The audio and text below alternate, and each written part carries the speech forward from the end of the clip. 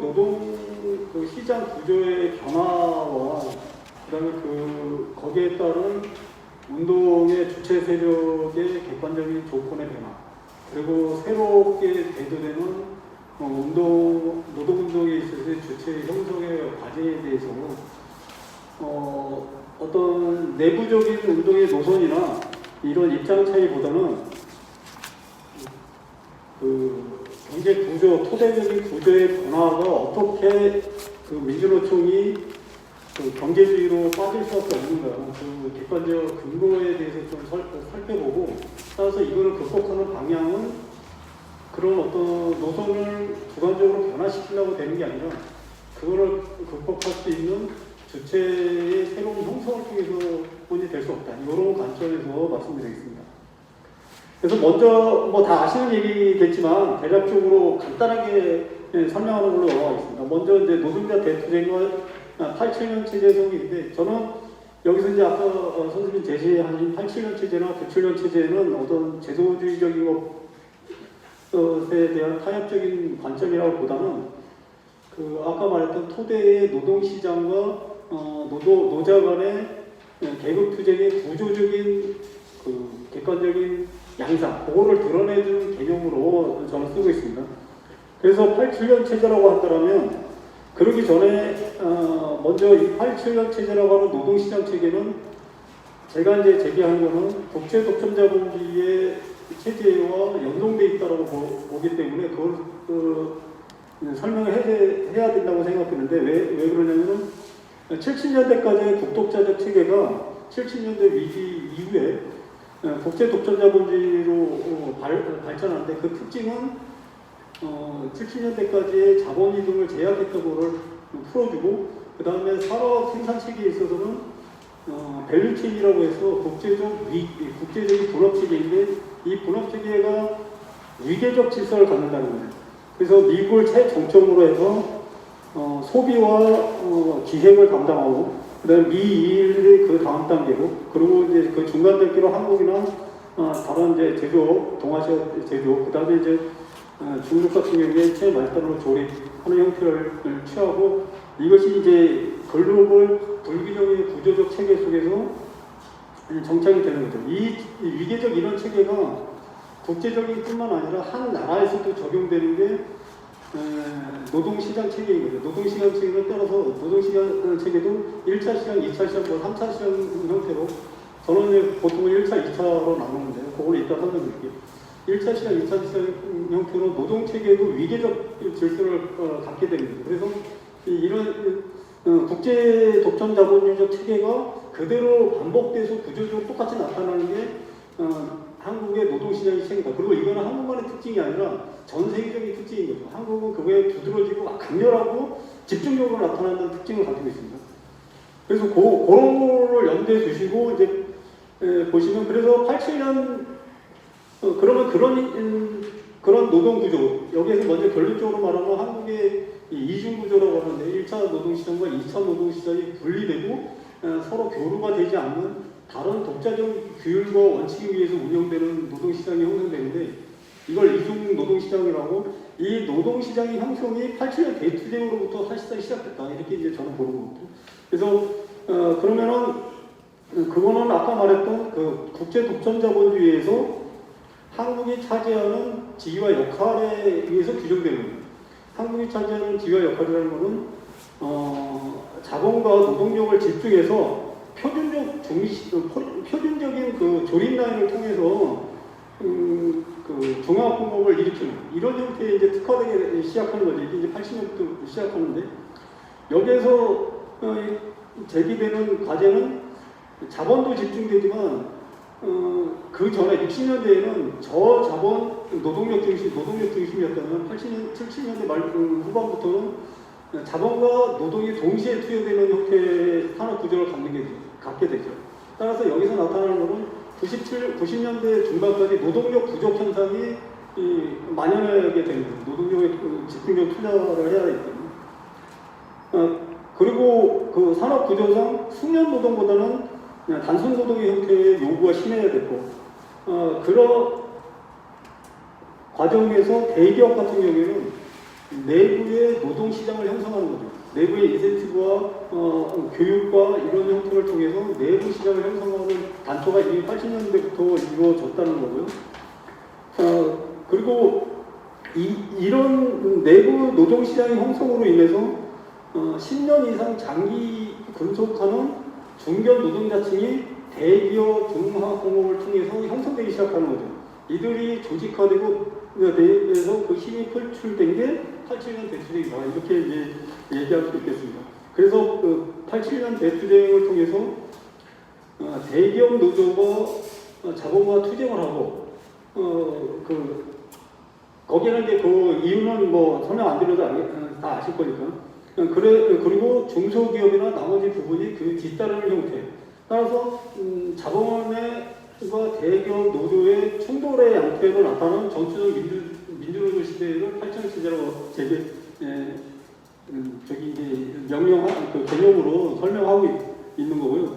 그러면은 이게 87년 대투쟁을 통해서 이런 이제 억압적인 노동 체계를 분쇄한 거죠. 일정 정도. 분산은 긍정적인 측면이 있는 것 반면에 아까 말했던 세계 이제 국제 독점 자본주의적 산업 체계를 말미암아서도 부정적 요소도 같이 포함되게 돼 있다는 거예요. 그게 얘기하는 1차 시장과 2차 시장의 분리가 이때 87 체제부터 이미 나타나기 시작했다. 하지만 이때까지만 해도 87년 이후에 97년이 본격화되기 되기 전까지만 해도 1차 시장과 2차 시장의 임금 격차나 차별 형태는 그렇게 두드러지지 않았다고 볼 수 있습니다. 아무래도 노동운동의 정신이 살아있고 그 다음에 구조적으로 심화되지 않은 측면이 반영하는 것이죠.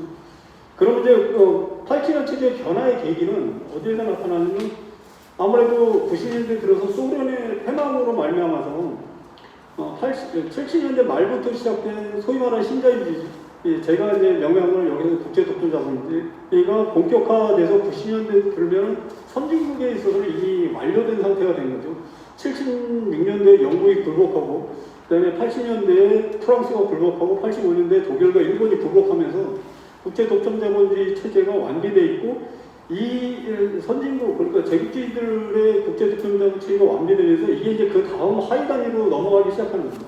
그 와중에 한국이 포함됐고, 소련이 멸망하는 계기와 더불어서 한국이 그때부터 해서 신자유 세계화의 이제 그 여파가 한국에도 몰아치게 되는데, 이때 자본이 취한 전략은 신경영 전략이라고 할 수 있는 겁니다. 신경영 전략이 한마디로 말하면 고용 없이 노조 없다라는 거죠.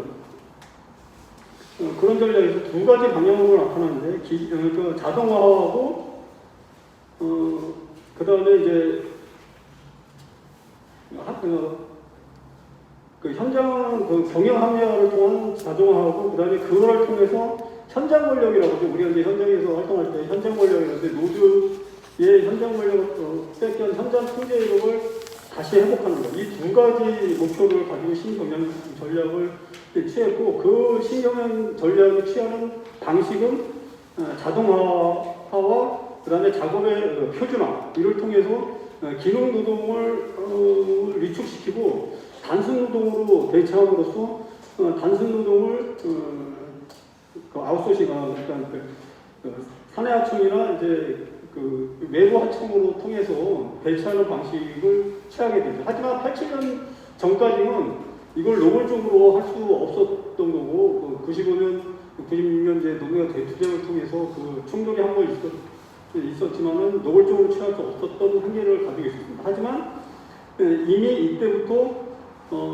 87년 체제는 90년대 중반, 초반부터 무너지기 시작했고, 그 대립각은 이미 노동자들은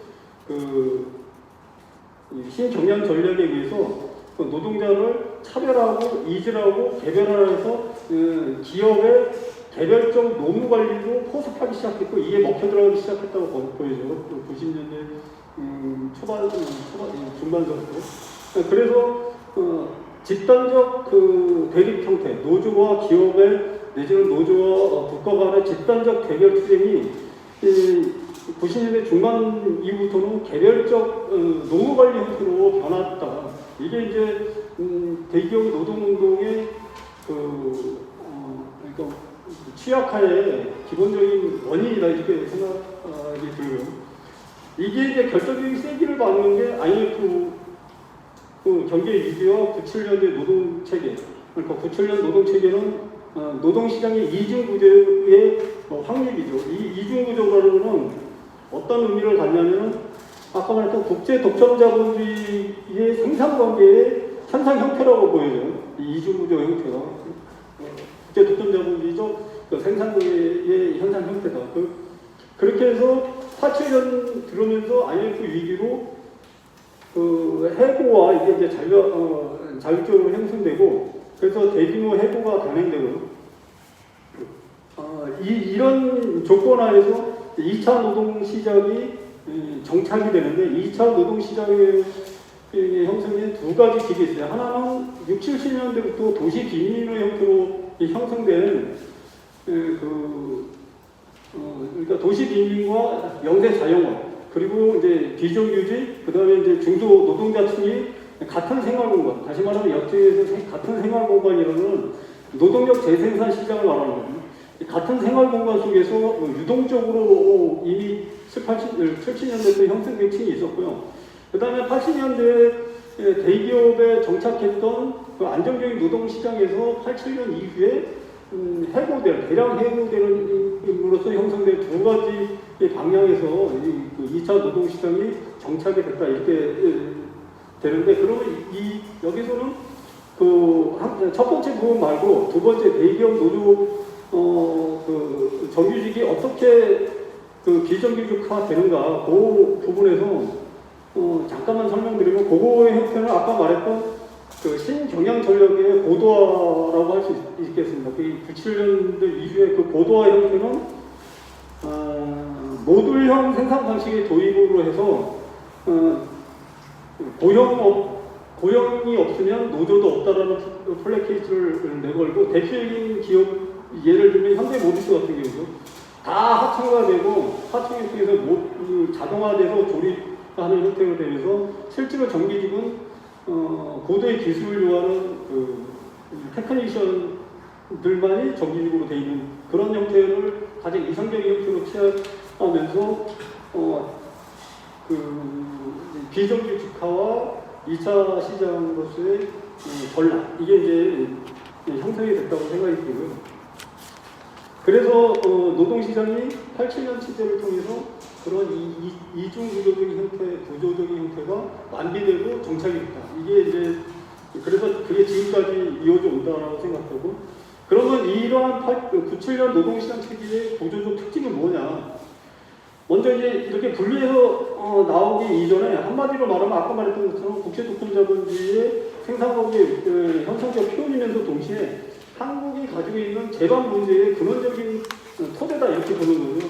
예를 들면 청년 실업 문제, 저출산 문제, 노인 문제, 그 다음에 여성 문제. 이 모든 것이 이 이중 구조와 연관되어 있다. 뭐 이게 직접적인 원인이라고 할 수는 없겠지만 이런 노동시장의 이중 구조와 밀접한 연관이 되어 있다. 그런 측면에서 이제 그 구조의 특징을 몇 가지만 짚어보겠습니다. 이거는 자세히 설명 안 하고 다 아는 내용들일 테니까 제목만 살짝 읽으면서 넘어갈게요. 먼저 특징의 하나는 1차 노동시장과 2차 노동시장이 단절되어 있고 그 다음에 단절되어 있는 뿐만 아니라 여기서 단절은 상호 교류가 안 된다는 것 뿐만 아니라 그 시장이 돌아가는 메커니즘이 다르다는 거죠. 그 다음에 두 번째는 그게 2차 시장에서도 위계화되어 있다는 거죠. 그러니까 중기업 정규직과 중기업 비정규직, 그 다음에 플랫폼 노동자, 여성 노동자 층으로 위계화되어 있다는 거고, 그리고 대략적인 분포를 보면 1차 시장의 전체 임금 노동자들의 약 25% 정도를 취업가 있고, 나머지 2차 노동시장이 약 75%를 점하고 있다. 하지만 지금 현재 민주노총의 대부분의 조직 형태는 1차 노동시장에 형성되어 있다. 이렇게 이제 평가가 됩니다. 따라서 여기에서 알 수 있는 것도 새로운 주체 형성의 방향이 얘기가 될 수 있겠죠. 그 다음에 그거 이제 근속 연소나 노동자의 조직률 형태의 차이고 그 2차 노동의 형성에서 나타나는 특징과 원리라고 할 수 있겠습니다. 그 다음에 이제 두 번째로는 복합적이고 중추적인 그 원하청 관계로 돼 있다. 이 2층 노동시장이. 그래서 중소기업의 거의 한 반 이상이 대기업의 하청 관계로 형성돼 있다는 거죠. 이것도 하나의 그 특징적인 구조적인 특징이고요. 그 다음에 세 번째는 청년 실업을 양산하는 구조다.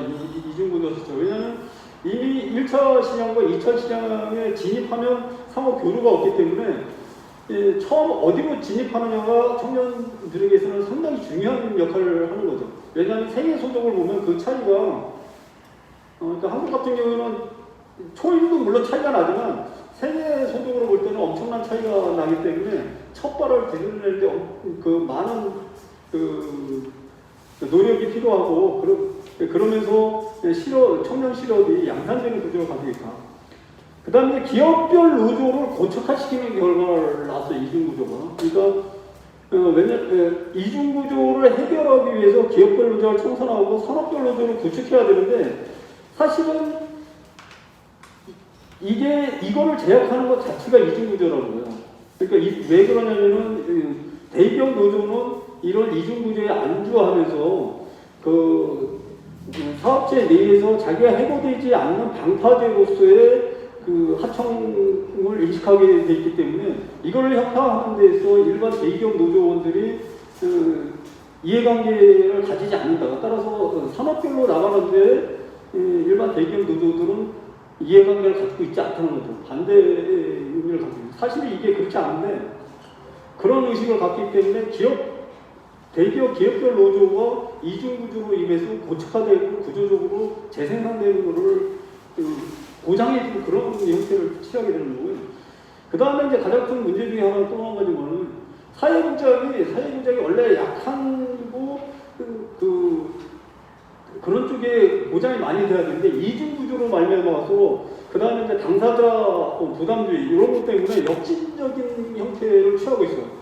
다시 말하면 대기업 정규직 노동자들은 실업이나 연금 같은 거에 그다음에 이제 그런 게 다 가입돼 있어서 충분히 혜택을 받지만 노조도 가입되지 않고 없거나 가입돼 있더라도 그 유동성이 심하기 때문에 실업보험이나 그 연금보험 같은 거에 혜택을 배제되는 경우가 다반사다. 이렇게 이제 됐기 때문에 이거는 사회 구조적으로도 커다란 문제를 야기하는 거죠. 그래서 사회보장제도에 역행하는 구조도 바로 이 이중구조부터 나타납니다. 그 다음에 이제 그 여성 문제가 많이 제기되는데 제가 보기에는 노동부에서 여성 문제는 바로 노동시장의 젠더 구조라고 보여져요. 다시 말하면 여성 노동자들의 취업 구조가 20대까지는 정규직이 압도적으로 많은데 30대는 취업자가 줄었다가 40대로 다시 노동시장에 들어오면서는 대부분이 이제 비정규직 형태로 취하게 되고 여성 노동자들이 취업하게 되면 대면 서비스는 대부분이 비정규직의 정규직이더라도 저임금 구조를 구조적으로 가지고 있다는 겁니다. 따라서 여성 문제조차도 이 이중구조에 연관되어 있다. 라고 생각되고, 그 다음에 이제 이중구조에서 나타나는 영세 자영업자의 생활적, 여기서 생활적이라는 것은 아까 말했던 그 노동력 재생산 그 시장을 말하는 거죠. 여기에 2차 노동시장이 같이 연계되어 있다는 거죠. 다시 말하면 한 집안의 자영업을 하면서도 그 집안의 아들딸은 비정규직으로 돼 있거나, 그리고 어머니는 서비스 돌봄 노동자로 한다든지, 이게 이제 같이 그 유동적으로 돼 있기 때문에 생활 공간선 지역을 공유하면서 같이 돼 있다. 그래서 노동력 재생산 그로서 동질성을 가지고 있다. 이게 이제 그 영세 자영업자. 따라서 영세 자영업자는 한국에 있어서는 어떤 특징을 하냐면 소생산자로서의 역할보다는 산업예비군의 역할이 훨씬 더 강하다. 따라서 이 영세 자영업자에 대한 노동운동에 있어서의 조직화에 대한 관심이 전혀 없었던 것은 커다란 문제다. 이렇게 보여지고요. 요거에 이제 관심을 더 집중해야 된다. 그 다음에 뭐 낮은 노동조합 조직률과 노동력 한중은 뭐 이런 기회로 해서 다 아시는 거라고 생각이 들고요. 이런 특징 때문에 그러면 지금 현재 노동운동의 위기를 돌파하는 방식을 어떻게 해야 되느냐. 제가 보기에는 이런 구조적인 측면을 힘을 만들어내야 된다. 그렇다면은 87년 체제와 97년 체제 속에서 그 대기업 중심의 노동운동은 사실상 이 위기를 돌파하는 주체로서는 힘겹지 않나 이렇게 생각이 듭니다. 그러니까 왜냐하면 대기업 노동자 노동구조에 안주하는 형태를 이미 취하고 있기 때문에 공공정규직과 대기업 정규직 같은 경우는 노동시장 이중구조에 안주하는 체계가 그렇다고 해서 이들이 전혀 주체로 설 수 없는 거냐 그런 거는 아니죠. 왜냐하면 이미 몇 년 전부터 그 2차 노동시장과 1차 노동시장 간의 임금 격차가 줄기 시작했어요. 한 3, 4년부터. 이거는 뭐냐면 1차 노동시장에 대한 공격이 이미 자본관에 들어갔다는 거죠. 자본에 들어갔다는 거고 아까 말했던 그 대기업 노동자들이 생각하는 거는 반대로 예를 들면 비정규직이나 하청이 나의 고용을 보장해주는 체계가 아니라 역으로 이런 2차 시장으로 말미암아서 자기의 고용을 불안하게 하는 거라는 걸 인식을 해야 된다는 거예요. 그러니까 이런 2차 시장이 있기 때문에 자신의 그 정규직 노동시장 자체가 불안정화로 가고 있다는 거고.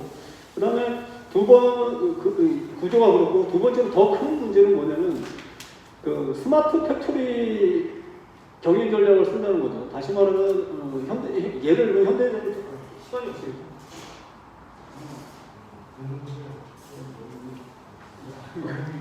마무리로 나왔겠습니다. 말을 좀 빨리 하긴 했는데 이제 거의 다 돼야 되니까 그러니까 이 대기업 노동자에 있어서도 그런 구조적인 것도 있지만 스마트 팩토리 형태로 가서 그러니까 노동자 없는 공장을 기획하고 있다는 거고 아까 말씀드렸는데 그게 더욱더 고도화된다는 거죠. 그러니까 AI, 5G, 그 다음에 빅데이터와 사물인터넷을 통해서 그 공장이 노동자 없는 공장을 되고 그거를 할 수 있는 거는 사실상 대기업뿐이 없다고 생각하고요. 그래서 한 예를 들면 현대자동차 같은 경우는 앞으로 몇 년이 정확히 모르는데 1년과 2년 안에 17,000명의 정규직 퇴직을 하게 되는데 이들에 대해서 대체한 신입사원을 뽑지 않는다 이런 계획을 발표한 적이 있고 따라서 점점점 그 대기업 노동자들은 고용 불안으로 갈 수밖에 없다. 따라서 그 이중 구조에 안주하는 대기업 노동자들은 사실상 그 불안한 상태로 내몰릴 수밖에 없다라는 이제 되기 때문에 그렇다면 이제 새로운 주체는 어떻게 형성되냐? 그거는 당연히 그 2차 노동시장에서 찾아야 되고 자영업자에 대해서 찾아야 된다고 합니다. 2차 노동시장이 임노동자의 75%고 그 다음에 자영업이 600만에서 지금 좀 줄어서 한 500몇만 되는데 이들도 같은 생활권에 있기 때문에 영세 자영업자들을 같이 묶어서 지역 차원에서